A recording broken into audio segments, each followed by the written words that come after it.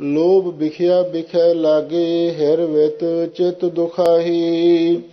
ਵਿਖਿਆ ਮਾਇਆ ਦੇ ਲੋਭ ਦੇ ਵਿੱਚ, ਤੇ ਜਿਹੜੇ 5 ਵਿਸ਼ੇ ਨੇ ਸ਼ਬਦ ਸਪਰਸ਼ ਆਦਿਕ, ਉਹਦੇ ਵਿੱਚ ਉਹ ਲੱਗੇ ਰਹਿੰਦੇ ਨੇ। ਹੈਰ ਵਿਤ ਲੋਕਾਂ ਦੇ ਧਨ ਨੂੰ ਚੁਰਾ ਕੇ, ਤੇ ਚਿੱਤ ਦੁਖਾਈ, ਤੇ ਹੋਰ ਲੋਕਾਂ ਦੇ ਚਿੱਤ ਦਿਲਾਂ ਨੂੰ ਦਿਖਾਉਂਦੇ ਨੇ। ਖਿਨ ਭੰਗਣਾ ਕੈ ਮਾਨ ਮਾਤੇ, ਅਸਰ ਜਾਣਹਿ ਨਾਹੀ। ਹਜ਼ੂਰ ਕਹਿੰਦੇ ਜਿਹੜੇ ਉਹ ਅਸਰ ਰਾਖਸ਼ ਬੁੱਧੀ ਵਾਲੇ ਲੋਕ ਨੇ, ਜਿਹੜੇ ਖਿੰਨ ਦੇ ਵਿੱਚ ਹੀ ਨਾਸ ਹੋ ਜਾਣ ਵਾਲੇ ਪਦਾਰਥ ਨੇ, ਮਾਇਆ ਦੇ ਰੰਗ ਰੂਪ ਨੇ। ਤਨ ਜੋਬਨ ਅਰ ਫੁੱਲੜਾ, ਨਾਠੀੜੇ ਦਿਨ 4, ਪੱਬਣ ਕੇਰੇ ਪਾਤਿਓਂ ਟਲ ਟੁਲ ਜੁਮਣ ਹਾਰ। ਇਹ ਖਿੰਨ ਭੰਗਰ ਵਸੂਆਂ ਦੇ ਹੰਕਾਰ ਵਿੱਚ ਮਸਤ ਹੋਏ ਰਹਿੰਦੇ ਨੇ, ਤੇ ਅਸਲੀ ਆਪਣੇ ਜੀਵਨ ਦੇ ਮਨੋਰਥ ਨੂੰ ਨਹੀਂ ਸਮਝਦੇ। ਰਹਾਉ ਵਿਸਰਾਮ ਦੇ ਕੀ ਹਜ਼ੂਰ ਫਿਰ ਅੱਗੇ ਫਰਮਾਉਂਦੇ ਹਨ। ਵੇਦ ਸ਼ਾਸਤਰ ਜਨ ਪੁਕਾਰਹਿ, ਸੁਣੈ ਨਾਹੀ ਡੋਰਾ। ਜਿਹੜਾ ਸਾਖਤ ਪੁਰਸ਼ ਹੈ, ਉਹ ਡੋਰਾ ਦਾ ਅਰਥ ਬੋਲਾ ਹੁੰਦਾ ਹੈ, ਉਹ ਬਹਿਰਾ ਹੁੰਦਾ ਹੈ। ਸ਼ਰਧਾ ਤੇ ਵਿਚਾਰ ਦੇ ਉਹਦੇ ਕੰਨ ਨਹੀਂ ਹੁੰਦੇ। ਵੇਦ ਸ਼ਾਸਤਰ ਤੇ ਜਿਹੜੇ ਹੋਰ ਮਹਾਂਪੁਰਖ ਨੇ, ਬੜਾ ਉੱਚੀ ਬੋਲ ਬੋਲ ਕੇ ਉਪਦੇਸ਼ ਦਿੰਦੇ ਨੇ। ਭਾਈ ਤੁਸੀਂ ਸ਼ਰਾਬ ਨਾ ਪੀਓ, ਨਸ਼ੇ ਨਾ ਵਰਤੋ, ਚੋਰੀ ਨਾ ਕਰੋ, ਯਾਰੀ ਨਾ ਕਰੋ, ਭੈੜੇ ਕੰਮ ਨਾ ਕਰੋ, ਸੁਣਾ ਨਾਹੀਂ ਡੋਰਾ। ਪਰ ਉਹ ਸੁਣਦਾ ਹੀ ਨਹੀਂ। ਕਿਉਂ? ਉਹ ਡੋਰਾ ਬਹਿਰਾ ਹੁੰਦਾ, ਬੋਲਾ ਹੁੰਦਾ, ਜਾਣ ਬੁੱਝ ਕੇ ਬੋਲਾ ਹੋ ਜਾਂਦਾ। ਨਿਪਟ ਬਾਜੀ ਹਾਰ ਮੂਕਾ, ਪਛਤਾਇਓ ਮਨ ਭੋਰਾ। ਹਜ਼ੂਰ ਕਹਿੰਦੇ ਨੇ ਭੋਰਾ ਦਾ ਅਰਥ ਭੋਲਾ, ਭਾਵ ਮੂਰਖ, ਬੇਵਕੂਫ। ਨਿਪਟ ਬਾਜੀ ਹਾਰ ਮੂਕਾ, ਨਿਪਟ ਦਾ ਅਰਥ ਹੈ ਵੀ ਅਤਸ਼ਾ ਕਰਕੇ। ਜਦੋਂ ਜੀਵਨ ਦੀ ਬਾਜੀ ਹਾਰ ਕੇ ਮੂਕਾ ਦਾ ਅਰਥ ਮੁੱਕ ਜਾਂਦਾ ਹੈ, ਖਤਮ ਹੋ ਜਾਂਦਾ ਹੈ, ਤੇ ਫਿਰ ਬਾਅਦ ਵਿੱਚ ਮਨ ਵਿੱਚ ਪਛਤਾਉਂਦਾ। ਨਿਵਟ ਬਾਜੀ ਹਾਰ ਮੂਕਾ, ਜਦੋਂ ਆਪਣੇ ਜੀਵਨ ਦੀ ਬਾਜੀ ਨੂੰ ਉੱਕਾ ਹੀ ਹਾਰ ਕੇ ਤੇ ਇਹਦਾ ਜੀਵਨ ਵੀ ਮੁੱਕ ਜਾਂਦਾ ਹੈ, ਤੇ ਫਿਰ ਇਹ ਮੂਰਖ ਜੀਵ ਮਨ ਵਿੱਚ ਪਛਤਾਉਂਦਾ ਹੈ। ਭੂਰਾ ਦਾ ਅਰਥ ਭੋਲਾ, ਮੂਰਖ ਹੈ ਮੁੱਖ ਅਰਥ, ਤੇ ਦੂਜਾ ਅਰਥ ਮਹਾਂਪੁਰਖ ਵੀ ਕਰਦੇ ਸਨ। ਨਿਪਟ ਬਾਜੀ ਹਾਰ ਮੂਕਾ, ਪਛਤਾਇਓ ਮਨ ਭੂਰਾ। ਹਜ਼ੂਰ ਕਹਿੰਦੇ ਨੇ ਜਦੋਂ ਨਿਪਟ ਅਤਸ਼ਾ ਕਰਕੇ ਜੀਵਨ ਦੀ ਬਾਜੀ ਨੂੰ ਹਾਰ ਕੇ ਇਹ ਮਨੁੱਖ, ਮੂਕਾ ਦਾ ਅਰਥ ਮੁੱਕ ਜਾਂਦਾ ਹੈ, ਮਰ ਜਾਂਦਾ ਹੈ, ਤੇ ਫਿਰ ਭੂਰਾ, ਇਹਨੂੰ ਅੱਗੇ ਦਿਨ ਚੜ੍ਹਿਆ ਵਿਖਾਈ ਦਿੰਦਾ। ਉੱਥੇ ਦੇਹੋ ਇੱਥੇ ਸਭ ਰਾਤ। ਇੱਥੇ ਤਾਂ ਮਨੁੱਖ ਮੋਹ ਮਾਇਆ ਦੇ ਹਨੇਰੇ ਵਿੱਚ ਹੀ ਪਿਆ ਰਹਿੰਦਾ, ਤੇ ਜਦੋਂ ਅੰਧਾ ਸਮਾਂ ਆਉਂਦਾ ਇਹਦੇ ਲਈ ਫਿਰ ਦਿਨ ਚੜ੍ਹ ਜਾਂਦਾ। ਕਬੀਰ ਜੇਤੇ ਪਾਪ ਕੀਏ, ਰਾਖੇ ਤਲੇ ਦੁਰਾਏ, ਪ੍ਰਗਟ ਪਏ ਨਿਦਾਨ ਸਾਹਿਬ ਜਾ ਪੁੱਛੇ ਧਰਮ ਰਾਏ। ਇਉਂ ਜਦੋਂ ਕਾਲ ਦਾ ਦਿਨ ਚੜ੍ਹਦਾ ਹੈ ਨਾ, ਫਿਰ ਉਸ ਵੇਲੇ ਇਹ ਪਾਮਰ ਪੁਰਸ਼, ਪਾਪੀ ਮਨੁੱਖ ਮਨ ਦੇ ਵਿੱਚ ਪਛਤਾਉਂਦਾ ਹੈ। ਡਾਨ ਸਗਲ ਗੈਰ ਵਜਹ ਭਰਿਆ, ਦੀਵਾਨ ਲਿਖੈ ਨਾ ਭਰਿਆ। ਲੋ ਹਜ਼ੂਰ ਕਹਿੰਦੇ ਨੇ ਜਿਹੜਾ ਸਾਖਤ ਪੁਰਸ਼ ਹੈ, ਉਹਨੇ ਗੈਰ ਵਜ੍ਹਾ, ਬਿਨਾਂ ਵਜ੍ਹਾ ਤੋਂ ਹੀ ਸਾਰਾ ਦੰਡ ਭਰਿਆ ਹੈ। ਉਹਦਾ ਮਤਲਬ ਇਹ ਹੈ, ਜੇ ਉਹਨੇ ਕੋਈ ਪੁੰਨ ਦਾਨ, ਕੋਈ ਧਰਮ ਕਰਮ, ਕੋਈ ਤੀਰਥ ਇਸ਼ਨਾਨ ਕਰ ਵੀ ਲਿਆ ਹੈ ਨਾ, ਤੇ ਫਿਰ ਉਹ ਰਸਤੇ ਦੇ ਵਿੱਚ ਹੀ ਲੁੱਟਿਆ ਗਿਆ। ਜਿਵੇਂ ਸਤਿਗੁਰੂ ਦੇ ਬਚਨ ਹੈ, ਕਰਮ ਧਰਮ ਪਾਖੰਡ ਜੋ ਦਿਸਾ ਹੈ, ਤਿਨ ਜਮਜਾ ਗਾਤੀ ਲੁਟੈ, ਨਿਰਵਾਣ ਕੀਰਤਨ ਗਾਵੋ ਕਰਤੇ ਕਾ, ਨਮਕ ਸਿਮਰਤ ਜਿਤ ਛੂਟੈ। ਪਾਮਰ ਪੁਰਸ਼ ਨੇ ਜੇ ਕੋਈ ਪੁੰਨ ਦਾਨ, ਕੋਈ ਧਰਮ ਕਰਮ ਕੀਤਾ ਵੀ, ਤੇ ਹਉਮੈ ਸਹਿਤ ਕੀਤਾ, ਔਰ ਉਹਦਾ ਉਹਨੇ ਬਿਨਾਂ ਵਜ੍ਹਾ ਹੀ ਅੱਗੇ ਸਾਰਾ ਡੰਨ ਭਰ ਦਿੱਤਾ, ਭਾਵ ਜਮਾ ਨੇ ਉਸਦੇ ਪਾਸੋਂ ਸਭ ਕੁਝ ਖੋਲਿਆ। ਦੀਵਾਨ ਲਿਖਿਆ ਨਾ ਭਰਿਆ, ਕਿ ਉਸ ਵਾਹਿਗੁਰੂ ਦੀ ਕਚਹਿਰੀ ਵਿੱਚ, ਉਸ ਰੱਬ ਦੀ ਦਰਗਾਹ ਦੇ ਵਿੱਚ ਕਿਸੇ ਲੇਖੇ ਨਾ ਪੈ ਸਕਿਆ। ਜਿਹੇ ਕਾਰਜ ਰਹਿ ਓਲਾ, ਸੋਏ ਕਾਮ ਨਾ ਕਰਿਆ। ਵੀ ਜਿਸ ਕਾਰਜ ਕਰਕੇ ਇਹਦਾ ਓਲਾ ਦਾ ਅਰਥ ਕੋਈ ਪੜਦਾ ਰਹਿ ਜਾਂਦਾ, ਉਹ ਕੰਮ ਇਸਨੇ ਕੀਤਾ ਹੀ ਨਹੀਂ। ਭਾਵ ਇਹ, ਜੇ ਮਨੁੱਖ ਕੋਈ ਇੱਥੇ ਆ ਕੇ ਕੋਈ ਸ਼ੁਭ ਕਰਮ ਕਰਦਾ ਹੈ, ਲੋਕ ਭਲਾਈ ਦਾ ਕੰਮ ਕਰਦਾ ਹੈ, ਕਿਸੇ ਗਰੀਬ ਦੀ ਮਦਦ ਕਰਦਾ ਹੈ, ਕਿਸੇ ਗਰੀਬ ਦਾ ਪਰਦਾ ਢੱਕਦਾ ਹੈ, ਤੇ ਫਿਰ ਵਾਹਿਗੁਰੂ ਉਹਦਾ ਵੀ ਪਰਦਾ ਢੱਕਦਾ। ਤੇ ਜੇ ਹੁਣ ਆਪ ਹੀ ਕਿਸੇ ਦਾ ਪਰਦਾ ਨਹੀਂ ਢੱਕਿਆ, ਤੇ ਰੱਬ ਦਾ ਪਰਦਾ ਕਿਵੇਂ ਢੱਕੇਗਾ? ਇਹ ਤੇ ਜਿਹੋ ਜਿਹਾ ਸੀ ਇੱਥੇ ਕਰਦੇ ਹੋ ਜਿਹਾ ਫਲ ਹੀ ਭੋਗਣਾ ਪਵੇਗਾ ਨਾ।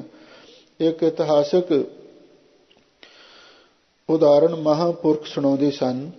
ਕਹਿੰਦੇ ਨੇ ਵੀ ਜਦੋਂ ਪਾਂਡਵ ਜੂਏ ਵਿੱਚ ਸਭ ਕੁਝ ਹਾਰ ਗਏ, ਅਖੀਰ ਤੇ ਦ੍ਰੋਪਦੀ ਵੀ ਦਾਅ ਤੇ ਲੱਗ ਗਈ, ਤੇ ਜਦੋਂ ਦ੍ਰੋਪਦੀ ਦੀ ਬੇਇੱਜ਼ਤੀ ਹੋਣ ਲੱਗੀ ਤਾਂ ਉਸਨੇ ਪਰਮਾਤਮਾ ਨੂੰ, ਭਗਵਾਨ ਨੂੰ ਯਾਦ ਕੀਤਾ, ਤੇ ਕਹਿੰਦੇ ਨੇ ਫਿਰ ਉਹਦਾ ਪਰਦਾ ਭਗਵਾਨ ਨੇ ਰੱਖਿਆ। ਇਹ ਇੱਕ ਪੁਰਾਤਨ ਉਦਾਹਰਣ ਹੈ, ਇਹ ਇੱਕ ਸਾਖੀ ਹੈ, ਪਰ ਉਹਦੇ ਪਿੱਛੇ ਕਾਰਨ ਸੀ। ਕਹਿੰਦੇ ਨੇ ਬਈ ਕੋਈ ਸਮਾਂ ਸੀ, ਕੋਈ ਸਾਧੂ ਗੰਗਾ ਵਿੱਚ ਇਸ਼ਨਾਨ ਕਰ ਰਿਹਾ ਸੀ ਤੇ ਦ੍ਰੋਪਦੀ ਵੀ ਉੱਥੇ ਇਸ਼ਨਾਨ ਕਰਨ ਵਾਸਤੇ ਗਈ। ਤੇ ਉਹ ਸਾਧੂ ਜਦੋਂ ਗੰਗਾ ਵਿੱਚ ਇਸ਼ਨਾਨ ਕਰ ਰਿਹਾ ਸੀ ਤੇ ਉਹ ਗੰਗਾ ਦਾ ਪਾਣੀ ਤੇਜ਼ ਸੀ, ਉਹਦੀ ਜਿਹੜੀ ਕੋਈ ਉਹ ਲੰਗੋਟੀ ਬੰਨੀ ਹੋਈ ਸੀ ਉਹ ਜਲ ਦੇ ਵਿੱਚ ਹੀ ਰੁੜ ਗਈ।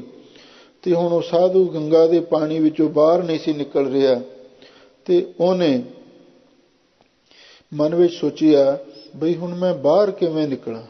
ਅਚਾਨਕ ਦ੍ਰੋਪਦੀ ਉੱਥੇ ਆਈ ਤੇ ਉਹਨੇ ਉਸ ਦ੍ਰੋਪਦੀ ਨੂੰ ਆਖਿਆ ਵੀ ਬੀਬੀ ਤੂੰ ਮੇਰੀ ਮਦਦ ਕਰ, ਮੈਨੂੰ ਕੱਪੜਾ ਚਾਹੀਦਾ, ਕੋਈ ਕੱਪੜਾ ਦੇ। ਉਹਦੇ ਕੋਲੇ ਹੋਰ ਤੇ ਕੱਪੜਾ ਕੋਈ ਹੈ ਨਹੀਂ ਸੀ, ਤੇ ਉਹਨੇ ਆਪਣੀ ਸਾੜੀ ਦੇ ਨਾਲੋਂ ਥੋੜਾ ਜਿਹਾ ਕੱਪੜਾ ਪਾੜ ਕੇ ਉਹ ਸਾਧੂ ਨੂੰ ਦਿੱਤਾ। ਤੇ ਉਹ ਕਹਿੰਦੇ ਨੇ ਉਹ ਜਦੋਂ ਸਾਧੂ ਵਿੱਚ ਗੰਗਾ ਦੇ ਵਿੱਚ ਖੜਾ ਸੀ, ਜਦੋਂ ਉਸਨੇ ਕੱਪੜਾ ਪਾੜ ਕੇ ਉਹਦੇ ਵੱਲ ਸੁੱਟਿਆ ਔਰ ਉਹ ਉਹਦੇ ਹੱਥ ਵਿੱਚ ਨਾ ਆਇਆ, ਉਹ ਪਾਣੀ ਵਿੱਚ ਹੀ ਰੁੜ ਗਿਆ। ਫਿਰ ਉਹ ਕਹਿਣ ਲੱਗਾ ਬੀਬੀ ਗੱਲ ਬਣੀ ਨਹੀਂ, ਤੂੰ ਹੋਰ ਕੱਪੜਾ ਦੇ। ਉਹਨੇ ਫਿਰ ਹੋਰ ਪਾੜਿਆ, ਅਖੀਰ ਤੇ ਸਿਰਫ ਉਹਦਾ ਤਨ ਢੱਕਣ ਜੋਗਾ ਹੀ ਕੱਪੜਾ ਰਹਿ ਗਿਆ, ਬਾਕੀ ਸਾਰਾ ਕੱਪੜਾ ਉਸਨੇ ਸਾਧੂ ਨੂੰ ਦੇ ਦਿੱਤਾ। ਤੇ ਫਿਰ ਸਾਧੂ ਨੇ ਕਮਾਈ ਵਾਲਾ ਸੀ ਬਚਨ ਕੀਤਾ, ਚੰਗਾ ਤੂੰ ਮੇਰਾ ਪਰਦਾ ਢੱਕਿਆ, ਤੇਰਾ ਪਰਦਾ ਭਗਵਾਨ ਢੱਕੇਗਾ। ਇਸ ਲਈ ਜਿਹੋ ਜਿਹੇ ਕੰਮ ਅਸੀਂ ਕਰਦੇ ਹਾਂ ਨਾ, ਇਹੋ ਜਿਹਾ ਫਲ ਸਾਨੂੰ ਪ੍ਰਾਪਤ ਹੁੰਦਾ। ਜੇ ਦ੍ਰੋਪਦੀ ਨੇ ਕਿਸੇ ਸਾਧੂ ਨੂੰ ਕੱਪੜਾ ਦਿੱਤਾ ਸੀ ਤੇ ਫਿਰ ਸਾਧੂ ਨੇ ਬਚਨ ਕੀਤਾ ਤੇਰਾ ਪਰਦਾ ਭਗਵਾਨ ਢੱਕੇਗਾ। ਇਹੋ ਜਿਹੇ ਕੰਮ ਸਾਨੂੰ ਕਰਨੇ ਚਾਹੀਦੇ ਨੇ ਜਿਹਦੇ ਨਾਲ ਕੁਛ ਭਲਾ ਹੋਵੇ। ਜਿਹੇ ਕਾਰਜ ਰਹਿ ਓਲਾ, ਹਜ਼ੂਰ ਕਹਿੰਦੇ ਨੇ ਜਿਸ ਕੰਮ ਦੇ ਨਾਲ ਤੇਰਾ ਓਲਾ ਪੜਦਾ ਰਹਿ ਸਕਦਾ ਸੀ, ਸੋਏ ਕਾਮਨਾ ਕਰਿਆ ਵੀ ਉਹ ਕੰਮ ਤੂੰ ਕੀਤਾ ਹੀ ਨਹੀਂ। ਐਸੋ ਜਗ ਮੋਹੇ ਗੁਰ ਦਿਖਾਇਓ, ਤਉ ਏਕ ਕੀਰਤ ਗਾਇਆ। ਲੋ ਹਜ਼ੂਰ ਕਹਿੰਦੇ ਨੇ ਬਈ ਮੈਨੂੰ ਤੇ ਸਤਿਗੁਰੂ ਨੇ ਇਹੋ ਜਿਹਾ ਸੰਸਾਰ ਦਿਖਾਇਆ ਹੈ, ਭਾਵ ਜਿਹੜਾ ਪਾਮਰਾਂ ਦਾ ਜਗਤ ਹੈ, ਸਾਖਤਾਂ ਦਾ ਜਗਤ ਹੈ, ਇਹੋ ਜਿਹਾ ਸਾਨੂੰ ਸਤਿਗੁਰੂ ਨੇ ਦਿਖਾਇਆ ਹੈ। ਤੇ ਅਸੀਂ ਉਹਨਾਂ ਤੋਂ ਬਚ ਕੇ ਸਤਸੰਗਤ ਵਿੱਚ ਆ ਗਏ, ਗੁਰੂ ਦੀ ਸ਼ਰਨ ਵਿੱਚ ਆ ਗਏ। ਇੱਥੇ ਆ ਕੇ ਕੀ ਕੀਤਾ, ਤਾਂ ਇਹ ਕੀਰਤ ਗਾਇਆ, ਤੇ ਅਸੀਂ ਇੱਕ ਵਾਹਿਗੁਰੂ ਦੀ ਕੀਰਤਨ ਭਗਤੀ ਨੂੰ ਗਾਇਆ। ਕਿਉਂ? ਹਰ ਕੀਰਤ ਸਾਧ ਸੰਗਤ ਹੈ, ਸਿਰ ਕਰਮਨ ਕੈ ਕਰਮਾ, ਕਹੋ ਨਾਨਕ ਤਿਸ ਭਇਓ ਪ੍ਰਾਪਤ, ਜਿਸ ਪੁਰਬ ਲਿਖੇ ਕਾ ਲੈਣਾ। ਇਹ ਕਲਯੁਗ ਦਾ ਪ੍ਰਧਾਨ ਸਾਧਨ ਵਾਹਿਗੁਰੂ ਦੀ ਕੀਰਤਨ ਭਗਤੀ ਹੈ। ਤੇ ਜਦੋਂ ਗੁਰੂ ਨੇ ਸਾਨੂੰ ਸੰਸਾਰ ਦੀ ਇਹੋ ਜਿਹੀ ਹਾਲਤ ਦਿਖਾਈ ਤੇ ਅਸੀਂ ਗੁਰੂ ਦੀ ਸ਼ਰਨ ਵਿੱਚ ਆ ਕੇ ਵਾਹਿਗੁਰੂ ਦੀ ਸਿਫਤ ਸਲਾਹ ਕਰਨੀ ਸ਼ੁਰੂ ਕਰ ਦਿੱਤੀ। ਮਾਣ ਤਾਣ ਤਜ ਸਿਆਣਪ, ਸਰਨ ਨਾਨਕੀ ਆਇਆ। ਲੋ ਹਜ਼ੂਰ ਕਹਿੰਦੇ ਨੇ ਮਨ ਦਾ ਮਾਣ ਛੱਡ ਕੇ, ਤਨ ਦਾ ਤਾਣ ਛੱਡ ਕੇ, ਬੁੱਧੀ ਦੀ ਸਿਆਣਪ ਛੱਡ ਕੇ, ਤੇ ਮੈਂ ਤੇ ਇੱਕ ਵਾਹਿਗੁਰੂ ਦੀ ਸ਼ਰਨ ਵਿੱਚ ਆਇਆ। ਤੇ ਵਾਹਿਗੁਰੂ ਦੀ ਸ਼ਰਨ ਵਿੱਚ ਆ ਕੇ ਸਿਰਫ ਵਾਹਿਗੁਰੂ ਦੀ ਕੀਰਤਨ ਭਗਤੀ ਨੂੰ ਗਾਇਆ। ਬਸ ਇਹਦੇ ਨਾਲ ਹੀ ਮੇਰੇ ਜੀਵਨ ਦੀ ਸਫਲਤਾ ਹੋ ਗਈ। ਆਸਾ ਮਹੱਲਾ ਪੰਜਵਾਂ। ਬਾਪਾਰ ਗੋਬਿੰਦ ਨਾਏ, ਸਾਧ ਸੰਤ ਮਨਾਏ, ਪ੍ਰੇ ਪਾਏ ਗੁਣ ਗਾਏ, ਪੰਚ ਨਾਦ ਤੂਰ ਬਜਾਏ। ਰਹਾਉ। ਇਹ ਪੜਤਾਲ ਹੈ ਨਾ, ਪੜਤਾਲ ਦੇ ਵਿੱਚ ਕਿਤੇ ਇੱਕ ਪੰਕਤੀ ਹੁੰਦੀ ਛੋਟੀ ਹੈ, ਫਿਰ ਵੱਡੀਆਂ ਪੰਕਤੀਆਂ ਆ ਜਾਂਦੀਆਂ ਨੇ।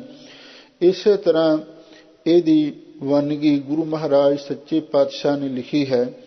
ਲੋ ਹਜ਼ੂਰ ਕਹਿੰਦੇ ਨੇ ਵਪਾਰ ਗੋਬਿੰਦ ਨਾਏ। ਦੁਨੀਆ ਵਿੱਚ ਲੋਕ ਕਈ ਕਿਸਮ ਦਾ ਵਪਾਰ ਕਰਦੇ ਨੇ। ਕਿਨਹੀ ਬਣਜਿਆ ਕਾਂਸੀ ਤਾਂਬਾ, ਕਿਨਹੀ ਲੌਂਗ ਸੁਪਾਰੀ, ਸੰਤੋਹ ਬਣਜਿਆ ਨਾਮ ਗੋਬਿੰਦ ਕਾ, ਐਸੀ ਖੇਪ ਹਮਾਰੀ। ਅਸੀਂ ਤੇ ਵਾਹਿਗੁਰੂ ਦੇ ਨਾਮ ਦਾ ਹੀ ਵਪਾਰ ਕਰਦੇ ਹਾਂ। ਵਪਾਰ ਗੋਬਿੰਦ ਨਾਏ। ਹਜ਼ੂਰ ਕਹਿੰਦੇ ਅਸੀਂ ਗੋਬਿੰਦ ਦੇ ਨਾਮ ਦੇ ਵਪਾਰ ਦੇ ਵਿੱਚ ਲੱਗੇ ਹਾਂ, ਔਰ ਇਸ ਵਪਾਰ ਦੇ ਵਿੱਚ ਸਫਲਤਾ ਪ੍ਰਾਪਤ ਕਰਨ ਵਾਸਤੇ ਤੁਸਾਂ ਕੀ ਕੀਤਾ ਹੈ? ਸਾਧ ਸੰਤ ਮਨਾਏ। ਜਿਹੜੇ ਸਾਧ, ਜਿਨ੍ਹਾਂ ਨੇ ਅਸਾਧ ਮਨ ਨੂੰ ਸਾਧਿਆ ਸੀ, ਤੇ ਸੰਤ ਉਹ ਮਹਾਂਪੁਰਖ ਜਿਹੜੇ ਸੁਆਸ ਗ੍ਰਾਸ ਵਾਹਿਗੁਰੂ ਦਾ ਸਿਮਰਨ ਕਰਦੇ ਸਨ, ਅਸਾਂ ਉਹਨਾਂ ਨੂੰ ਮਨਾਇਆ, ਉਹਨਾਂ ਨੂੰ ਪ੍ਰਸੰਨ ਕੀਤਾ। ਕਿਉਂਕਿ ਜਦੋਂ ਆਪਾਂ ਕੋਈ ਵਪਾਰ ਕਰਨਾ ਹੋਵੇ ਨਾ, ਤੇ ਜਿਹੜੇ ਦੂਜੇ ਸਾਡੇ ਪਾਰਟਨਰ ਹੁੰਦੇ ਨੇ, ਉਹਨਾਂ ਦੇ ਨਾਲ ਬੈਠ ਕੇ ਸਲਾਹ ਕਰਨੀ ਪੈਂਦੀ, ਹਰ ਇੱਕ ਦਾ ਵਿਸ਼ਵਾਸ ਜਿੱਤਣਾ ਪੈਂਦਾ, ਹਰ ਇੱਕ ਨੂੰ ਖੁਸ਼ ਕਰਨਾ ਪੈਂਦਾ, ਤੇ ਫਿਰ ਵਪਾਰ ਦੇ ਵਿੱਚ ਕਾਮਯਾਬੀ ਮਿਲਦੀ ਹੈ। ਹਜ਼ੂਰ ਕਹਿੰਦੇ ਨੇ ਅਸੀਂ ਵੀ ਉਸ ਵਾਹਿਗੁਰੂ ਦੇ ਨਾਮ ਦਾ ਵਪਾਰ ਕਰਨ ਦੇ ਲਈ ਜਿਹੜੇ ਨਾਮ ਦੇ ਵਪਾਰੀ ਮਹਾਂਪੁਰਖ ਸਨ, ਉਹਨਾਂ ਨੂੰ ਪ੍ਰਸੰਨ ਕੀਤਾ। ਤੇ ਫਿਰ ਕੀ ਹੋਇਆ? 99 ਕਰਕੇ ਅੱਗੇ ਅਰਥ ਲੱਗੇਗਾ। ਗੁਣ ਗਾਏ, ਅਸੀਂ ਵਾਹਿਗੁਰੂ ਦੇ ਗੁਣ ਗਾਏ। ਕਿਵੇਂ ਗਾਏ? ਪੰਜ ਨਾਦ ਤੂਰ ਵਜਾਏ। ਜਿਹੜੇ 5 ਸਾਜ਼ਾਂ ਦੇ, 5 ਵਾਜਿਆਂ ਦੇ ਨਾਦ ਸ਼ਬਦ ਵਜਾਏ। ਪੁਰਾਣੇ ਸਮੇਂ ਦੇ ਵਿੱਚ ਬਈ ਰਬਾਬ, ਸਰੰਦਾ, ਮਿਰਦੰਗ, ਖੜਤਾਲਾਂ ਤੇ ਛੈਣੇ, ਇਹ 5 ਸਾਜ਼ ਕੀਰਤਨ ਦੇ ਵਿੱਚ ਵਰਤੇ ਜਾਂਦੇ ਸਨ। 5 ਨਾਦ ਤੂਰ ਵਜਾਏ। ਅਸੀਂ 5 ਸੰਗਿਆ ਵਾਲੇ ਵਾਜਿਆਂ ਦੇ ਸ਼ਬਦ ਵਜਾਏ। ਇਸ ਢੰਗ ਦੇ ਨਾਲ ਵਾਹਿਗੁਰੂ ਦੇ ਗੁਣ ਗਾਏ। ਤੇ ਫਿਰ ਕੀ ਹੋਇਆ? ਪ੍ਰੇ ਪਾਏ, ਅਸੀਂ ਉਸ ਪਤੀ ਪਰਮੇਸ਼ਰ ਜੀ ਨੂੰ ਪ੍ਰਾਪਤ ਕਰ ਲਿਆ। ਨਾਮ ਦਾ ਵਪਾਰ ਕਰਨ ਦੇ ਲਈ ਮਹਾਂਪੁਰਖਾਂ ਨੂੰ ਪ੍ਰਸੰਨ ਕੀਤਾ, ਤੇ ਫਿਰ ਵਾਹਿਗੁਰੂ ਦੇ ਗੁਣ ਗਾਏ, ਤੇ 5 ਵਾਜਿਆਂ ਦੇ ਸ਼ਬਦ ਵੀ ਵਜਾਏ। ਭਾਵ ਸੰਗੀਤਮਈ ਧੁਨੀ ਦੇ ਨਾਲ ਜਦੋਂ ਵਾਹਿਗੁਰੂ ਦਾ ਜਸ ਕੀਰਤਨ ਕੀਤਾ, ਪ੍ਰੇ ਪਾਏ, ਇਹਦੇ ਨਾਲ ਸਾਨੂੰ ਵਾਹਿਗੁਰੂ ਜੀ ਪ੍ਰਾਪਤ ਹੋ ਗਏ। ਰਹਾਉ ਵਿਸਰਾਮ ਦੇ ਕੇ ਹਜ਼ੂਰ ਅੱਗੇ ਫਰਮਾਉਂਦੇ ਹਨ, ਕਿਰਪਾ ਪਾਏ ਸਹਿਜਾਏ ਦਰਸਾਏ ਅਬ ਰਾਤਿਆ ਗੋਬਿੰਦ ਸਿਉ। ਕਿਰਪਾ ਪਾਏ, ਹਜ਼ੂਰ ਕਹਿੰਦੀ ਅਸੀਂ ਗੁਰੂ ਦੀ ਕਿਰਪਾ ਨਾਲ ਵਾਹਿਗੁਰੂ ਜੀ ਨੂੰ ਪ੍ਰਾਪਤ ਕੀਤਾ ਹੈ। ਸਹਿਜਾਏ, ਤੇ ਆਤਮਕ ਅਡੋਲ ਅਵਸਥਾ ਪ੍ਰਾਪਤ ਕਰਕੇ ਦਰਸਾਏ, ਤੇ ਅਸੀਂ ਵਾਹਿਗੁਰੂ ਜੀ ਦੇ ਦਰਸ਼ਨ ਕੀਤੇ। ਪਹਿਲਾਂ ਗੁਰੂ ਦੀ ਕਿਰਪਾ ਦੁਆਰਾ ਵਾਹਿਗੁਰੂ ਜੀ ਮਿਲੇ, ਤੇ ਫਿਰ ਆਤਮਕ ਅਡੋਲ ਅਵਸਥਾ ਦੁਆਰਾ ਵਾਹਿਗੁਰੂ ਜੀ ਦੇ ਦਰਸ਼ਨ ਹੋਏ। ਅਬ ਰਾਤਿਆ ਗੋਬਿੰਦ ਸਿਉ, ਹੁਣ ਸਾਡਾ ਮਨ ਉਸ ਗੋਬਿੰਦ ਅਕਾਲ ਪੁਰਖ ਵਾਹਿਗੁਰੂ ਜੀ ਦੇ ਨਾਲ ਐਨ ਰੰਗਿਆ ਹੋਇਆ ਹੈ। ਉਸ ਪ੍ਰਭੂ ਦੇ ਪ੍ਰੇਮ ਦੇ ਨਾਲ, ਭਗਤੀ ਦੇ ਨਾਲ ਐਨ ਤਦਾਕਾਰ ਹੋਇਆ ਹੈ। ਸੰਤ ਸੇਵ ਪ੍ਰੀਤ ਨਾਥ ਰੰਗ ਲਾਲਣ ਲਾਏ। ਹਜ਼ੂਰ ਫਰਮਾਉਂਦੇ ਨੇ ਅਸਾਂ ਸੰਤ ਸੇਵ ਨਾਲ ਸੰਤਾਂ ਦੀ ਸੇਵਾ ਵੀ ਕੀਤੀ। ਪ੍ਰੀਤ ਨਾਥ, ਤੇ ਨਾਥ ਜੋ ਪਤੀ ਪਰਮੇਸ਼ਰ ਹੈ, ਉਹਦੇ ਨਾਲ ਪ੍ਰੀਤੀ ਵੀ ਕੀਤੀ। ਸੰਤ ਰੱਬ ਦੀਆਂ ਸੁਹਾਗਣਾਂ ਨੇ, ਉਹਨਾਂ ਦੀ ਸੇਵਾ ਕੀਤੀ, ਤੇ ਨਾਲ ਵਾਹਿਗੁਰੂ ਦੇ ਨਾਲ ਵੀ ਪ੍ਰੇਮ ਕੀਤਾ। ਰੰਗ ਲਾਲਣ ਲਾਏ, ਤੇ ਫਿਰ ਉਸ ਲਾਲਣ ਪਿਆਰੇ ਪ੍ਰਭੂ ਨੇ ਰੰਗ ਲਾ ਦਿੱਤੇ। ਭਾਵ ਉਹ ਆ ਕੇ ਮਿਲਿਆ ਤੇ ਰੌਣਕਾਂ ਬਖਸ਼ਿਸ਼ ਕਰ ਦਿੱਤੀਆਂ। ਗੁਣ ਗਿਆਨ ਮਨ ਦ੍ਰਿੜਾਏ ਰਹਿਸਾਏ ਨਹੀਂ ਆਏ, ਸਹਿਜਾਏ ਮਨ ਨਿਧਾਨ ਪਾਏ। ਗੁਰ ਗਿਆਨ ਮਨ ਦ੍ਰਿੜਾਏ, ਗੁਰੂ ਦੇ ਗਿਆਨ ਨੂੰ ਅਸਾਂ ਆਪਣੇ ਮਨ ਵਿੱਚ ਦ੍ਰਿੜ ਕੀਤਾ। ਰਹਿਸਾਏ, ਤੇ ਸਾਨੂੰ ਫਿਰ ਆਨੰਦ ਦੀ ਅਵਸਥਾ ਪ੍ਰਾਪਤ ਹੋ ਗਈ। ਜਦੋਂ ਗੁਰੂ ਦਾ ਗਿਆਨ ਮਨ ਵਿੱਚ ਵਸਾਇਆ, ਤੇ ਸਾਨੂੰ ਆਤਮਕ ਆਨੰਦ ਵਾਲੀ ਅਵਸਥਾ ਪ੍ਰਾਪਤ ਹੋ ਗਈ। ਨਹੀਂ ਆਏ, ਫਿਰ ਅਸੀਂ ਉਸ ਆਨੰਦੀ ਅਵਸਥਾ ਤੋਂ ਬਾਹਰ ਨਹੀਂ ਆਏ। ਸਹਿਜਾਏ ਮਨ ਨਿਧਾਨ ਪਾਏ, ਤੇ ਫਿਰ ਅੱਗੇ ਸਹਿਜਾਏ ਦਾ ਅਰਥ ਹੈ ਆਤਮਕ ਅਡੋਲ ਅਵਸਥਾ ਦੁਆਰਾ, ਅਥਵਾ ਸ਼ਾਂਤੀ ਤੇ ਬੜੇ ਧੀਰਜ ਦੇ ਨਾਲ ਅਸੀਂ ਅੱਗੇ ਸੇਵਾ ਤੇ ਸਿਮਰਨ ਕਰਦਿਆਂ ਹੋਇਆਂ ਮਨ ਨਿਧਾਨ ਪਾਏ। ਆਪਣੇ ਮਨ ਦੇ ਵਿੱਚੋਂ ਨਾਮ ਦਾ, ਭਗਤੀ ਦਾ ਖਜ਼ਾਨਾ ਪ੍ਰਾਪਤ ਕਰ ਲਿਆ ਹੈ। ਨਿਧਾਨ ਇੱਕ ਬਚਨ ਹੈ, ਮਨ ਨਿਧਾਨ ਪਾਏ। ਅਸੀਂ ਆਪਣੇ ਮਨ ਦੇ ਵਿੱਚੋਂ ਨਾਮ ਦਾ ਖਜ਼ਾਨਾ ਪ੍ਰਾਪਤ ਕਰ ਲਿਆ। ਸਭ ਤਜੀ ਮਨੈ ਕੀ ਕਾਮ ਕਰਾ। ਹਜ਼ੂਰ ਕਹਿੰਦੇ ਨੇ ਹੁਣ ਅਸੀਂ ਆਪਣੇ ਮਨ ਦੀ ਜਿੰਨੀ ਵੀ ਕਾਮ ਕਰਾ, ਵੀ ਕਾਮ ਕਿਰਿਆ ਸੀ, ਕਾਮ ਚੇਸ਼ਟਾ ਸੀ, ਉਹ ਸਾਰੀ ਹੀ ਛੱਡ ਦਿੱਤੀ। ਅਥਵਾ ਸਭ ਤਜੀ ਮਨੈ ਕੀ ਕਾਮ ਕਰਾ, ਹਜ਼ੂਰ ਕਹਿੰਦੇ ਨੇ ਵੀ ਜਿਹੜੀ ਮਨ ਦੀ ਜਿਹੜੀ ਕਾਮਨਾ ਵਾਲੀ ਕਰਾ ਦਾ ਅਰਥ ਕਾਰ ਸੀ, ਉਹ ਵੀ ਅਸਾਂ ਛੱਡ ਦਿੱਤੀ। ਚਿਰ ਚਿਰ ਚਿਰ ਚਿਰ ਭਇਆ, ਮਨ ਬਹੁਤ ਪਿਆਸ ਲਾਗੀ। ਲਓ ਹਜ਼ੂਰ ਕਹਿੰਦੇ ਨੇ ਅਸੀਂ ਪਹਿਲੇ ਜਿਗਿਆਸਾ ਕਾਲ ਦੇ ਵਿੱਚ ਵਾਹਿਗੁਰੂ ਦੇ ਚਰਨਾਂ ਵਿੱਚ ਅਰਦਾਸਾਂ ਬੇਨਤੀਆਂ ਵੀ ਕੀਤੀਆਂ। ਹੇ ਵਾਹਿਗੁਰੂ ਜੀ, ਹੁਣ ਤੇ ਬੜਾ ਚਿਰ ਹੋ ਗਿਆ ਹੈ, ਸਤਜੁਗ ਵੀ ਲੰਘ ਗਿਆ, ਤ੍ਰੇਤਾ ਵੀ ਲੰਘ ਗਿਆ, ਦੁਆਪਰ ਵੀ ਲੰਘ ਗਿਆ, ਤੇ ਚਿਰ ਚੌਥਾ ਸ਼ਬਦ ਹੈ, ਹੁਣ ਤੇ ਕਲਯੁਗ ਵੀ ਬੀਤ ਰਿਹਾ ਹੈ। ਚਿਰ ਚਿਰ ਚਿਰ ਚਿਰ 4 ਵਾਰੀ ਲਿਖਿਆ ਹੈ ਵੀ ਮਤਲਬ 4 ਯੁਗਾਂ ਦਾ ਸਮਾਂ ਲੰਘ ਗਿਆ, ਬੜਾ ਚਿਰ ਹੋ ਗਿਆ। ਕਈ ਜਨਮ ਪਏ ਕੀਟ ਪਤੰਗਾ, ਕਈ ਜਨਮ ਗਜ ਮੀਨ ਕੁਰੰਗਾ, ਬਹੁਤ ਜਨਮ ਭਰਮ ਤੈ ਹਾਰਿਓ, ਅਸਤਰ ਮਤ ਨਹੀਂ ਪਾਈ, ਮਨ ਬਹੁਤ ਪਿਆਸ ਲੱਗੀ। ਮਹਾਰਾਜ ਹੁਣ ਤਾਂ ਸਾਡੇ ਮਨ ਦੇ ਵਿੱਚ ਬਹੁਤ ਹੀ ਦਰਸ਼ਨਾਂ ਦੀ ਪਿਆਸ ਲੱਗੀ ਹੈ। ਹਰ ਦਰਸ਼ਨੋਂ ਦਿਖਾਵੋ, ਮੋਹੇ ਤੁਮ ਬਤਾਵੋ। ਹਜ਼ੂਰ ਕਹਿੰਦੇ ਨੇ ਵਾਹਿਗੁਰੂ ਦੇ ਚਰਨਾਂ ਵਿੱਚ ਅਸਾਂ ਅਰਦਾਸਾਂ ਕੀਤੀਆਂ, ਹਰ ਦਰਸ਼ਨੋਂ ਦਿਖਾਵੋ। ਹੇ ਵਾਹਿਗੁਰੂ ਜੀ, ਤੁਸੀਂ ਹੁਣ ਕਿਰਪਾ ਕਰਕੇ ਸਾਨੂੰ ਆਪਣਾ ਦਰਸ਼ਨ ਦਿਖਾਓ, ਬੜਾ ਚਿਰ ਹੋ ਗਿਆ। ਮੋਹੇ ਤੁਮ ਬਤਾਵੋ, ਤੇ ਕਿਰਪਾ ਕਰਕੇ ਹੁਣ ਮਿਲਣ ਦਾ ਰਸਤਾ ਵੀ ਤੁਸੀਂ ਦੱਸੋ। ਮੈਨੂੰ ਨਹੀਂ ਕੁਛ ਵੀ ਪਤਾ, ਮੈਂ ਕਿਵੇਂ ਤੁਹਾਨੂੰ ਮਿਲ ਸਕਦਾ ਹਾਂ। ਬਸ ਮੇਰੀ ਤੇ ਅਰਦਾਸ ਹੈ, ਚਿਰ ਬੜਾ ਹੋ ਗਿਆ, ਸਮਾਂ ਬਹੁਤ ਲੰਬਾ ਹੋ ਗਿਆ, ਹੁਣ ਤੁਸੀਂ ਮੈਨੂੰ ਦਰਸ਼ਨ ਬਖਸ਼ੋ ਤੇ ਨਾਲ ਮੈਨੂੰ ਮਿਲਣ ਦਾ ਰਸਤਾ ਦੱਸੋ। ਨਾਨਕ ਦੀਨ ਸ਼ਰਨ ਆਏ, ਗਲ ਲਾਏ।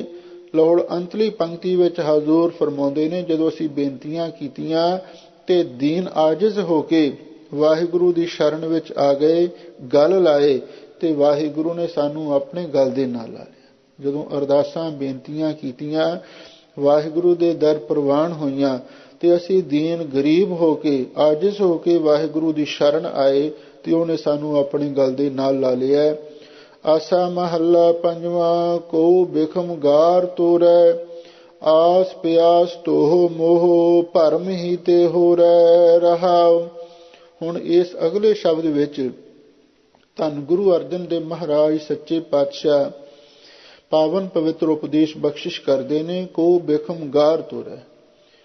ਹੇ ਭਾਈ, ਕੋਈ ਐਸਾ ਮਹਾਂਪੁਰਖ ਹੈ, ਕੋਈ ਐਸਾ ਸੰਤ ਸੂਰਮਾ ਹੈ, ਕੋਈ ਐਸਾ ਸੰਤ ਸਿਪਾਹੀ ਹੈ, ਕੋਈ ਐਸਾ ਗੁਰੂ ਦਾ ਖਾਲਸਾ ਹੈ ਜਿਹੜਾ ਬਿਖਮ ਗਾਰ, ਗਾਰ ਇੱਥੇ ਗੜ ਸ਼ਬਦ ਤੋਂ ਗਾਰ ਸ਼ਬਦ ਬਣਿਆ, ਅਰਥ ਹੈ ਕਿਲਾ, ਗੜ ਕਿਲੇ ਨੂੰ ਕਹਿੰਦੇ ਨੇ। ਕੋਈ ਬਿਖਮ ਗਾਰ ਤੋਰੈ। ਇਹ ਜਿਹੜਾ ਅੰਤःਕਰਨ ਦਾ ਕਿਲਾ ਹੈ, ਇਹ ਬੜਾ ਵਿਖੜਾ ਹੈ, ਅਜਿਤ ਕਿਲਾ ਹੈ ਤੇ ਬੜਾ ਆਕੀ ਕਿਲਾ ਹੈ।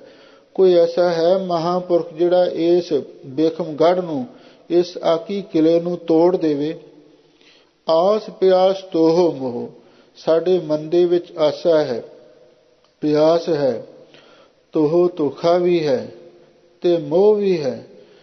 ਭਰਮ ਹੀ ਤੇ ਹੋਰੈ, ਤੇ ਸਾਨੂੰ ਭਰਮ ਤੋਂ ਹੋੜਾ ਦਾ ਅਰਥ ਹੋੜ ਦੇਵੇ, ਮੋੜ ਦੇਵੇ। ਭਾਵ ਇਹ ਜਿਹੜੀ ਆਸਾ ਤੇ ਤ੍ਰਿਸ਼ਨਾ ਨੇ, ਧੋ ਤੇ ਮੋਹ ਹੈ ਤੇ ਭਰਮ ਨੇ, ਇਹਨਾਂ 5 ਸੂਰਮਿਆਂ ਤੋਂ, ਇਹਨਾਂ 5 ਦੁਸ਼ਮਣਾਂ ਤੋਂ ਸਾਡੇ ਮਨ ਨੂੰ ਹੋੜ ਦੇਵੇ, ਰੋਕ ਲਾ ਦੇਵੇ। ਕੋਈ ਐਸਾ ਮਹਾਂਪੁਰਖ ਹੈ, ਇਹੋ ਜਿਹਾ ਮਹਾਂਪੁਰਖ ਕੋਈ ਵਿਰਲਾ ਹੀ ਸਾਨੂੰ ਮਿਲ ਸਕਦਾ ਹੈ। ਅਥਵਾ ਕੋਈ ਬਿਖਮ ਗਾਰ ਤੋਰੈ। ਜਿਹੜਾ ਗਾਰ ਸ਼ਬਦ ਹੈ, ਗਾਰ ਹਿੰਦੀ ਵਿੱਚ ਗਾਰ, ਗਾਲ ਨੂੰ ਵੀ ਕਹਿੰਦੇ ਨੇ, ਤੇ ਗਾਰ ਦੂਸਰਾ ਅਰਥ ਗਾਰ ਕੰਦਰਾ ਗੁਫਾ ਨੂੰ ਵੀ ਕਹਿੰਦੇ ਨੇ, ਤੇ ਤੀਸਰਾ ਗਾਰ ਦਾ ਅਰਥ ਵਿਦਵਾਨਾਂ ਨੇ ਵੀ ਜਿੱਲਣ ਵੀ ਕੀਤਾ। ਗਾਰ ਵੀ ਗਾਰੇ ਸ਼ਬਦ ਤੋਂ, ਵੀ ਜਿਹੜੀ ਜਿੱਲਣ ਹੈ। ਪਰ ਇੱਥੇ ਤੋਰੈ ਦਾ ਜਿਹੜਾ ਲਫ਼ਜ਼ ਹੈ ਨਾ, ਉਹ ਗਾਰ ਗੜ ਦੇ ਨਾਲ ਮੇਲ ਖਾਂਦਾ ਹੈ। ਇਸ ਲਈ ਸਿਧਾਂਤਕ ਅਰਥ ਗਾਰ ਗੜ ਕਿਲੇ ਦਾ ਭਾਵ ਲੈਣਾ ਹੈ। ਇਹੀ ਜਿਹੜੇ ਕੁਛ ਵਿਦਵਾਨਾਂ ਨੇ ਮੁੱਖ ਅਰਥ ਇਹੀ ਕੀਤਾ ਹੈ, ਤੇ ਕੁਛ ਵਿਦਵਾਨਾਂ ਨੇ ਗਾਰ ਦਾ ਅਰਥ ਗੰਢ ਵੀ ਕੀਤਾ, ਵੀ ਹਿੰਦੀ ਵਿੱਚ ਗਾਰ ਗਾਂਠ ਸ਼ਬਦ ਤੋਂ ਗਾਰ ਸ਼ਬਦ ਬਣਿਆ, ਵੀ ਇਸ ਬਿਖਮ ਗੰਢ ਨੂੰ ਖੋਲ ਦੇਵੇ। ਉਹ ਜਿਹੜੀ ਬਿਖਮ ਗੰਢ ਹੈ ਚਿਤ ਜੜ ਗ੍ਰੰਥੀ ਦੀ, ਉਹਨੂੰ ਤੋੜ ਦੇਵੇ। ਪਰ ਇਹ ਵੀ ਅਰਥ ਪੂਰਾ ਸ਼ਬਦ ਦੇ ਨਾਲ ਮੇਲ ਨਹੀਂ ਖਾਂਦਾ। ਕੋ ਬਿਖਮ ਗਾਰ ਤੋੜੈ, ਵੀ ਇਹ ਜਿਹੜਾ ਮਨ ਹੈ ਬੜਾ ਆਕੀ ਗਾਰ ਗੜ ਕਿਲਾ ਹੈ, ਇਹਨੂੰ ਕੋਈ ਤੋੜ ਦੇਵੇ। ਇਹ ਸਿਧਾਂਤਕ ਅਰਥ ਵਧੇਰੇ ਟੁਕਦਾ ਹੈ। ਤੇ ਜਿਹੜੇ ਆ ਸੂਰਮੇ ਨੇ, ਇਸ ਬੇਖਮ ਇੱਕ ਕਿਲੇ ਦੇ ਉੱਤੇ ਆਕੀ ਹੋਏ ਨੇ। ਆਸਾ ਹੈ, ਤ੍ਰਿਸ਼ਨਾ ਹੈ, ਤੋ ਹੈ, ਮੋਹ ਹੈ, ਭਰਮ ਹੈ। ਭਰਮ ਹੀ ਤੇ ਹੋ ਰਿਹਾ ਜਿਹੜਾ ਇਹਨਾਂ ਵੱਲੋਂ ਸਾਡੇ ਮਨ ਨੂੰ ਹੋੜ ਦੇਵੇ, ਮਨ ਨੂੰ ਰੋਕ ਦੇਵੇ, ਮਨ ਨੂੰ ਮੋੜ ਦੇਵੇ। ਕੋਈ ਐਸਾ ਮਹਾਂਪੁਰਖ ਹੈ, ਕੋਈ ਐਸਾ ਸੂਰਮਾ ਹੈ, ਐਸਾ ਸੂਰਮਾ ਕੋਈ ਵਿਰਲਾ ਹੀ ਮਿਲ ਸਕਦਾ ਹੈ। ਰਹਾਉ ਵਿਸਰਾਮ ਦੇ ਕੇ ਹਜ਼ੂਰ ਅੱਗੇ ਫਰਮਾਉਂਦੇ ਹਨ, ਕਾਮ ਕ੍ਰੋਧ ਲੋਭ ਮਾਨ ਇਹ ਵਿਆਦ ਸ਼ੋਰ ਹੈ। ਕੋਈ ਐਸਾ ਹੈ ਮਹਾਂਪੁਰਖ, ਆ ਜਿਹੜੇ ਵਿਕਾਰ ਨੇ, ਕਾਮ ਹੈ, ਕ੍ਰੋਧ ਹੈ, ਲੋਭ ਹੈ, ਮਾਨ ਹੰਕਾਰ ਹੈ ਤੇ ਨਾਲ ਮੋਹ ਵੀ ਗ੍ਰਹਿਣ ਕਰ ਲਓ। ਇਹ ਵਿਆਦ ਸ਼ੁਰ ਹੈ ਜਿਹੜਾ ਇਹਨਾਂ ਬਿਮਾਰੀਆਂ ਤੋਂ ਸਾਡਾ ਖਹਿੜਾ ਛੁਡਾ ਦੇਵੇ। ਕੋਈ ਹੈ ਐਸਾ ਮਹਾਂਪੁਰਖ, ਸੰਤ ਸੰਗ ਨਾਮ ਰੰਗ ਗੁਣ ਗੋਬਿੰਦ ਗਾਵੋ।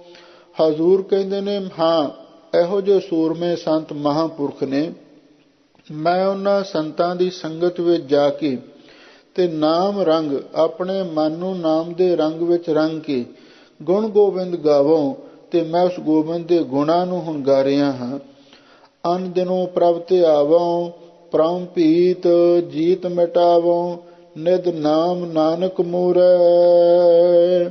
ਲੋ ਹਜ਼ੂਰ ਕਹਿੰਦੇ ਨੇ, ਭਾਈ ਉਹਨਾਂ ਮਹਾਂਪੁਰਖਾਂ ਦੀ ਸੰਗਤ ਵਿੱਚ ਜਾ ਕੇ ਅਨ ਦਿਨੋਂ ਪ੍ਰਭ ਤੇ ਆਵੋ, ਮੈਂ ਦਿਨ ਰਾਤ ਵਾਹਿਗੁਰੂ ਦਾ ਸਿਮਰਨ ਵੀ ਕਰਦਾ ਹਾਂ ਤੇ ਇਸ ਢੰਗ ਦੇ ਨਾਲ ਪ੍ਰਮ ਭੀਤ ਜੀਤ ਮਿਟਾਵੋ। ਜਿਹੜੀ ਭਰਮ ਦੀ ਭੀਤ ਕੰਧ ਹੈ, ਕਿਉਂਕਿ ਕਿਲੇ ਦੀ ਕੰਧ ਬੜੀ ਮਜ਼ਬੂਤ ਹੁੰਦੀ ਹੈ। ਜਿਹੜਾ ਭੀਤ ਸ਼ਬਦ ਹੈ ਇਹ ਵੀ ਉਸ ਗੜ੍ਹ ਕਿਲੇ ਦੇ ਅਰਥ ਨੂੰ ਸਪਸ਼ਟ ਕਰ ਰਿਹਾ ਹੈ। ਪ੍ਰਮ ਭੀਤ ਇਹ ਜਿਹੜੀ ਭਰਮ ਦੀ ਦੀਵਾਰ ਹੈ, ਇਹ ਢਾਉਣੀ ਬੜੀ ਸਖਤ ਹੈ। ਇਸ ਭਰਮ ਦੀ ਭੀਤ ਦੀਵਾਰ ਨੂੰ, ਫਸੀਲ ਨੂੰ, ਕੋਟ ਨੂੰ ਢਾਹ ਕੇ ਤੇ ਇਸ ਆਕੀ ਕਿਲੇ ਨੂੰ ਜਿੱਤ ਕੇ ਤੇ ਮਿਟਾਵੋ। ਵੀ ਜਿਹੜਾ ਦੁਸ਼ਮਣ ਨੂੰ ਖਤਮ ਕਰ ਦੇਵੇ, ਇਸ ਆਕੀ ਕਿਲੇ ਨੂੰ ਖਤਮ ਕਰ ਦੇਵੇ, ਤੇ ਫਿਰ ਉਹ ਅਸਲੀ ਸੂਰਮਾ ਆਪਣੇ ਆਪ ਨੂੰ ਸੁਧਵਾ ਸਕਦਾ ਹੈ। ਨਿਧ ਨਾਮ ਨਾਨਕ ਮੂਰੈ। ਹਜ਼ੂਰ ਕਹਿੰਦੇ ਨੇ, ਅਸਾਂ ਮਹਾਂਪੁਰਖਾਂ ਦੀ ਸੰਗਤ ਕੀਤੀ, ਨਾਮ ਦੇ ਰੰਗ ਵਿੱਚ ਆਪਣੇ ਮਨ ਨੂੰ ਰੰਗ ਕੇ ਵਾਹਿਗੁਰੂ ਦੇ ਗੁਣ ਗਾਉਂਦੇ ਰਹੇ, ਦਿਨ ਰਾਤ ਵਾਹਿਗੁਰੂ ਦਾ ਸਿਮਰਨ ਕੀਤਾ। ਇਸ ਢੰਗ ਦੇ ਨਾਲ ਭਰਮ ਦੀ ਕੰਧ ਢਾਹ ਕੇ, ਭਰਮ ਦੇ ਕਿਲੇ ਦੀ ਫਸੀਲ ਤੋੜ ਕੇ ਇਹਦੇ ਉੱਤੇ ਜਿੱਤ ਪ੍ਰਾਪਤ ਕੀਤੀ ਤੇ ਇਸ ਕਿਲੇ ਨੂੰ ਮਿੱਟੀ ਵਿੱਚ ਮਿਲਾ ਦਿੱਤਾ। ਨਿਧ ਨਾਮ ਨਾਨਕ ਮੂਰੈ। ਹੁਣ ਜਿਹੜੀ ਨਾਮ ਦੀ ਨਿਧੀ ਸੀ ਉਹ ਮੈਨੂੰ ਹਾਸਲ ਹੋ ਗਈ ਹੈ। ਜਿਹੜਾ ਮਨੁੱਖ ਭਰਮ ਦੇ ਕਿਲੇ ਤੇ ਜਿੱਤ ਪ੍ਰਾਪਤ ਕਰ ਲਵੇ ਤੇ ਫਿਰ ਉਹਨੂੰ ਨਾਮ ਦਾ ਖਜ਼ਾਨਾ ਮਿਲਦਾ ਹੈ। ਜਿਵੇਂ ਦੁਸ਼ਮਣ ਪੁਰਾਣੇ ਸਮੇਂ ਦੇ ਵਿੱਚ ਰਾਜੇ ਲੋਕ ਕਿਲੇ ਬਣਾਉਂਦੇ ਸਨ, ਉਹਨਾਂ ਵਿੱਚ ਆਪਣੇ ਖਜ਼ਾਨੇ ਰੱਖਦੇ ਸਨ, ਤੇ ਜਦੋਂ ਉਸ ਕਿਲੇ ਤੇ ਜਿੱਤ ਪ੍ਰਾਪਤ ਹੁੰਦੀ ਤੇ ਫਿਰ ਉਹਦਾ ਖਜ਼ਾਨਾ ਵੀ ਹੱਥ ਲੱਗ ਜਾਂਦਾ ਸੀ। ਹਜ਼ੂਰ ਕਹਿੰਦੇ ਨੇ, ਉਹ ਭਰਮ ਦੇ ਕਿਲੇ ਦੀ ਕੰਧ ਢਾਹ ਕੇ ਤੇ ਅਸੀਂ ਵਾਹਿਗੁਰੂ ਦੇ ਨਾਮ ਦੇ ਖਜ਼ਾਨੇ ਨੂੰ ਵੀ ਪ੍ਰਾਪਤ ਕਰ ਲਿਆ ਹੈ। ਆਸਾ ਮਹੱਲਾ ਪੰਜਵਾਂ। ਕਾਮ ਕ੍ਰੋਧ ਲੋਭ ਤਿਆਗ, ਮਨ ਸਿਮਰ ਗੋਬਿੰਦ ਨਾਮ, ਹਰ ਭਜਨ ਸਫਲ ਕਾਮ ਰਹਾਉ। ਹੁਣ ਇਸ ਅਗਲੇ ਸ਼ਬਦ ਵਿੱਚ ਹਜ਼ੂਰ ਫਿਰ ਸਾਨੂੰ ਉਪਦੇਸ਼ ਦਿੰਦੇ ਹਨ, ਕਾਮ ਕ੍ਰੋਧ ਲੋਭ ਤਿਆਗ। ਹੇ ਭਾਈ, ਕਾਮ ਕ੍ਰੋਧ ਲੋਭ ਨੂੰ ਛੱਡੋ ਤੇ ਫਿਰ ਹੋਰ ਕੀ ਕਰੀਏ? ਮਨ ਸਿਮਰ ਗੋਬਿੰਦ ਨਾਮ। ਆਪਣੇ ਮਨ ਵਿੱਚ ਗੋਬਿੰਦ ਦਾ ਨਾਮ ਸਿਮਰੋ। ਹਰ ਭਜਨ ਸਫਲ ਕਾਮ, ਤੇ ਵਾਹਿਗੁਰੂ ਦਾ ਭਜਨ ਕਰੋ ਸਫਲ ਕਾਮ। ਬਈ ਇਹਦੇ ਨਾਲ ਤੁਹਾਡੇ ਸਾਰੇ ਕੰਮ ਸਫਲ ਹੋਣਗੇ। ਅਸੀਂ ਕੋਈ ਵੀ ਕਾਰਜ ਕਰਨਾ ਹੈ ਨਾ, ਤੇ ਤੁਸੀਂ ਅਰਦਾਸ ਕਰੋ, ਪਾਠ ਕਰੋ, ਸਿਮਰਨ ਕਰੋ, ਤੇ ਫਿਰ ਉਹ ਤੁਹਾਡਾ ਕੰਮ ਸਫਲ ਹੋ ਸਕਦਾ ਹੈ। ਰਹਾਉ ਵਿਸਰਾਮ ਦੇ ਕੇ ਹਜ਼ੂਰ ਅੱਗੇ ਫਰਮਾਉਂਦੇ ਹਨ, ਤਜ ਮਾਨ ਮੋਹ ਵਿਕਾਰ ਮਿਥਿਆ, ਜਪ ਰਾਮ ਰਾਮ ਰਾਮ, ਮਨ ਸੰਤਨਾ ਕੈ ਚਰਨ ਲਾਗ। ਲੋ ਹਜ਼ੂਰ ਕਹਿੰਦੇ ਨੇ ਕਿ ਐ ਮਨਾ ਤੂੰ ਸੰਤਾਂ ਦੇ ਚਰਨੀ ਲੱਗ। ਅਨਵੇਂ ਕਰਕੇ ਅਰਥ ਲੱਗ ਰਿਹਾ ਹੈ ਕਿ ਐ ਮਨਾ ਤੂੰ ਮਹਾਂਪੁਰਖਾਂ ਦੇ ਚਰਨੀ ਲੱਗ, ਤੇ ਨਾਲ ਹੀ ਤਜ ਮਾਨ ਮੋਹ ਵਿਕਾਰ ਮਿਥਿਆ। ਵੀ ਮਾਣ ਤੇ ਮੋਹ ਵੀ ਛੱਡ, ਵਿਕਾਰਾਂ ਨੂੰ ਵੀ ਛੱਡ, ਤੇ ਮਿਥਿਆ ਝੂਠ ਬੋਲਣਾ ਵੀ ਛੱਡ। ਤੇ ਫਿਰ ਕਰਨਾ ਕੀ ਹੈ? ਜਪ ਰਾਮ ਰਾਮ ਰਾਮ। ਮਨ ਕਰਕੇ, ਬਾਣੀ ਕਰਕੇ, ਸਰੀਰ ਕਰਕੇ, ਤਿੰਨੇ ਕਾਲਾਂ ਦੇ ਵਿੱਚ ਹਰ ਵੇਲੇ ਵਾਹਿਗੁਰੂ ਦੇ ਨਾਮ ਨੂੰ ਜਪ। ਪ੍ਰਭ ਗੋਪਾਲ ਦੀਨ ਦਇਆਲ, ਪਤਿਤ ਪਾਵਨ ਪਾਰ ਬ੍ਰਹਮ, ਹਰ ਚਾਰਨ ਸਿਮਰ ਜਾਗ। ਕਰ ਭਗਤ ਨਾਨਕ ਪੂਰਨ ਭਾਗ। ਹਜ਼ੂਰ ਕਹਿੰਦੇ ਨੇ ਪ੍ਰਭ ਉਹ ਵਾਹਿਗੁਰੂ ਸਮਰੱਥ ਹੈ, ਗੋਪਾਲ ਪ੍ਰਿਥਵੀ ਦਾ ਪਾਲਕ ਹੈ, ਦੀਨ ਦਿਆਲ ਦੀਨਾਂ ਤੇ ਗਰੀਬਾਂ ਤੇ ਦਿਆਲਤਾ ਕਰਨ ਵਾਲਾ ਹੈ, ਪਤਿਤ ਪਾਵਨ ਪਾਪੀਆਂ ਨੂੰ ਵੀ ਪਵਿੱਤਰ ਕਰਨ ਵਾਲਾ ਹੈ, ਪਾਰ ਬ੍ਰਹਮ ਪਾਪਾਂ ਪੁੰਨਾਂ ਤੋਂ ਪਰੇ ਬ੍ਰਹਮ ਵਿਆਪਕ ਸਰੂਪ ਹੈ। ਹਰ ਚਰਨ ਸਿਮਰ ਵਾਹਿਗੁਰੂ ਦੇ ਚਰਨਾਂ ਨੂੰ ਸਿਮਰ ਕੇ, ਭਾਵ ਨਾਮ ਨੂੰ ਸਿਮਰ ਕੇ ਜਾਗ ਤੇ ਕਰ ਭਗਤ ਨਾਨਕ ਪੂਰਨ ਭਾਗ। ਤੇ ਨਾਲ ਵਾਹਿਗੁਰੂ ਦੀ ਭਗਤੀ ਵੀ ਕਰ ਤੇ ਫਿਰ ਕੀ ਹੋਵੇਗਾ? ਪੂਰਨ ਭਾਗ ਤੇਰੇ ਪੂਰਨ ਭਾਗ ਜਾਗ ਪੈਣਗੇ। ਜਦੋਂ ਕੋਈ ਵਾਹਿਗੁਰੂ ਦਾ ਸਿਮਰਨ ਕਰਦਾ ਤੇ ਵਾਹਿਗੁਰੂ ਦੀ ਭਗਤੀ ਕਰਦਾ ਹੈ ਵੀ ਉਹਦਾ ਭਾਗ ਪੂਰਨ ਭਾਗ ਖੁੱਲ ਜਾਂਦਾ ਹੈ। ਆਸਾ ਮਹੱਲਾ ਪੰਜਵਾਂ। ਹਰਿ ਸੋਗ ਬੈਰਾਗ ਆਨੰਦੀ ਖੇਲ ਰੀ ਦਿਖਾਇਓ। ਧੰਨ ਗੁਰੂ ਅਰਜਨ ਦੇਵ ਮਹਾਰਾਜ ਸੱਚੇ ਪਾਤਸ਼ਾਹ ਇਹ ਪੜਤਾਲ ਦਾ ਅਖੀਰਲਾ ਸ਼ਬਦ ਹੈ। ਉਸ ਵਾਹਿਗੁਰੂ ਪਰਮੇਸ਼ਰ ਦੀ ਅਚਰਜ ਖੇਡ ਦਾ ਵਰਣਨ ਕਰਦੇ ਹਨ ਵੀ ਵੇਖ ਲਓ, ਆਨੰਦੀ ਦਾ ਅਰਥ ਵੀ ਉਸ ਚੋਜੀ ਪ੍ਰੀਤਮ ਨੇ ਵੀ ਇਹ ਸੰਸਾਰ ਦਾ ਖੇਲ ਇੱਕ ਬੜਾ ਅਚਰਜੀ ਦਿਖਾਇਆ ਹੈ। ਖੇਲ ਰੀ ਦਿਖਾਇਓ, ਹੇ ਸਖੀ ਉਸ ਆਨੰਦੀ ਚੋਜੀ ਪ੍ਰੀਤਮ ਜੀ ਨੇ ਬੜਾ ਅਚਰਜ ਖੇਡ ਦਿਖਾਇਆ ਹੈ। ਉਹ ਕਿਹੜਾ ਖੇਡ ਹੈ?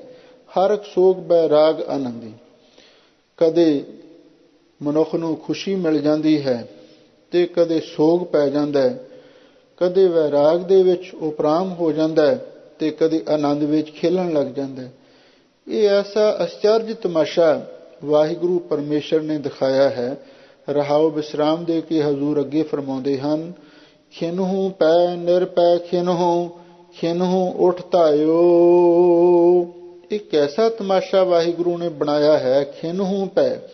ਇਹ ਖਿਨ ਦੇ ਵਿੱਚ ਹੀ ਮਨੁੱਖ ਡਰ ਦੇ ਵਿੱਚ ਪੈ ਭੀਤ ਹੁੰਦਾ ਹੈ ਤੇ ਫਿਰ ਜਦੋਂ ਇਹਨੂੰ ਕੋਈ ਦਲੇਰੀ ਦੇ ਦਿੰਦਾ ਹੈ, ਹੱਲਾ ਸ਼ੇਰੀ ਦੇ ਦਿੰਦਾ ਹੈ, ਨਿਰਪੈ ਖਿਨਹੂ, ਤੇ ਕਦੇ ਇੱਕ ਖਿਨ ਦੇ ਵਿੱਚ ਹੀ ਨਿਰਪੈ ਨਿਡਰ ਹੋ ਜਾਂਦਾ ਹੈ ਤੇ ਖਿਨਹੂ ਉੱਠ ਧਾਇਓ, ਤੇ ਤੀਸਰੇ ਖਿਨ ਦੇ ਵਿੱਚ ਤੇ ਉੱਠ ਕੇ ਦੌੜ ਪੈਂਦਾ, ਦੁਸ਼ਮਣ ਦੇ ਨਾਲ ਲੜਨ ਲਈ ਤਿਆਰ ਹੁੰਦਾ। ਪਹਿਲਾਂ ਤੇ ਕਹਿੰਦਾ ਮੈਂ ਡਰਦਾ ਹਾਂ, ਤੇ ਫਿਰ ਜਦੋਂ ਕੋਈ ਇਹਨੂੰ ਹੌਸਲਾ ਮਿਲਦਾ ਹੈ, ਕੋਈ ਸਹਾਇਤਾ ਮਿਲਦੀ ਹੈ, ਫਿਰ ਨਿਡਰ ਹੋ ਜਾਂਦਾ ਤੇ ਫਿਰ ਖਿਨ ਦੇ ਵਿੱਚ ਹੀ ਉੱਠ ਕੇ ਦੌੜ ਪੈਂਦਾ ਹੈ।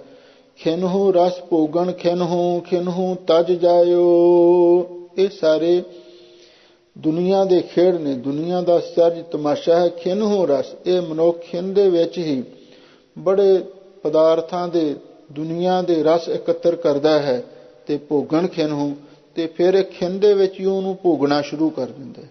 ਕਿਉਂਕਿ ਹਰ ਮਨੁੱਖ ਦੀ ਪਹਿਲਾਂ ਇਹ ਸੋਚ ਹੁੰਦੀ ਹੈ ਤੇ ਪਹਿਲਾਂ ਤੇ ਉਹ ਪਦਾਰਥ ਸਾਰੇ ਰਸ ਇਕੱਠੇ ਕਰਦਾ ਤੇ ਫਿਰ ਉਹਨਾਂ ਨੂੰ ਹੌਲੀ ਹੌਲੀ ਭੋਗਣਾ ਸ਼ੁਰੂ ਕਰਦਾ। ਖਿਨਹੂ ਤਜ ਜਾਇਓ, ਤੇ ਕਿਧਰੇ ਵਾਹਿਗੁਰੂ ਦੀ ਕਿਰਪਾ ਹੁੰਦੀ ਖਿਨ ਦੇ ਵਿੱਚ ਹੀ ਸਭ ਕੁਝ ਛੱਡ ਕੇ ਚਲਿਆ ਵੀ ਜਾਂਦਾ। ਕਈ ਇਹੋ ਜਿਹੇ ਵੀ ਸਾਧੂ ਮਹਾਤਮਾ ਹੋਏ ਨੇ ਬਈ ਜਿਨ੍ਹਾਂ ਨੇ ਰਾਜ ਭਾਗ ਵੀ ਠੁਕਰਾ ਦਿੱਤੇ, ਘਰ-ਬਾਰ ਵੀ ਛੱਡ ਦਿੱਤੇ, ਛੋੜ ਵਲਾਏ ਦੇਸ਼ ਗਏ ਤੇ ਸਭ ਆਪਣੇ ਘਰ-ਬਾਰ ਵਤਨ ਛੱਡ ਕੇ ਜੰਗਲਾਂ ਪਹਾੜਾਂ ਵਿੱਚ ਚਲੇ ਗਏ। ਇਹ ਵਾਹਿਗੁਰੂ ਦੀ ਐਸੀ ਖੇਡ ਹੈ। ਖਿਨਹੂ ਜੋਗ ਤਾਪ ਬਹੁ ਪੂਜਾ ਖਿਨਹੂ ਪਰਮਾਇਓ। ਲਓ, ਜਦੋਂ ਦੁਨੀਆ ਦੇ ਰਸਾਂ ਕਸਾਂ ਨੂੰ ਛੱਡ ਕੇ ਮਨੁੱਖ ਜੰਗਲਾਂ ਨੂੰ ਦੌੜ ਜਾਂਦਾ ਹੈ, ਫਿਰ ਉੱਥੇ ਜਾ ਕੇ ਕੀ ਕਰਦਾ? ਖਿਨਹੂ ਜੋਗ, ਖਿਨ ਦੇ ਵਿੱਚ ਹੀ ਕੋਈ ਯੋਗ ਕਰਨ ਲੱਗ ਜਾਂਦਾ ਹੈ, ਕਿਧਰੇ ਤਪ ਕਰਨ ਲੱਗ ਜਾਂਦਾ ਹੈ, ਕਿਧਰੇ ਬਹੁ ਪੂਜਾ, ਬਹੁਤ ਤਰ੍ਹਾਂ ਦੀ ਪੂਜਾ ਸ਼ੁਰੂ ਕਰ ਦਿੰਦਾ।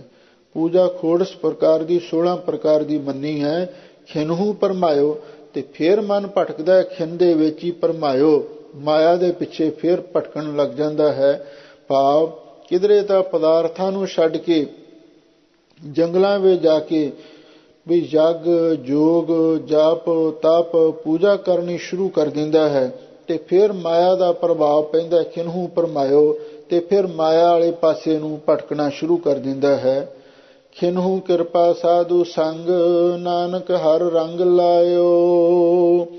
ਧੰਨ ਗੁਰੂ ਅਰਜਨ ਦੇਵ ਮਹਾਰਾਜ ਸੱਚੇ ਪਾਤਸ਼ਾਹ ਫਰਮਾਉਂਦੇ ਨੇ ਵੀ ਖਿਨਹੂ ਕਿਰਪਾ, ਫਿਰ ਉਹ ਕਸ਼ਣ ਵੀ ਆ ਜਾਂਦਾ ਹੈ, ਉਹ ਸਮਾਂ ਵੀ ਆ ਜਾਂਦਾ ਹੈ ਜਦੋਂ ਵਾਹਿਗੁਰੂ ਦੀ ਕਿਰਪਾ ਹੁੰਦੀ ਹੈ। ਤੇ ਫਿਰ ਇਹ ਮਨੁੱਖ ਕੀ ਕਰਦਾ ਹੈ?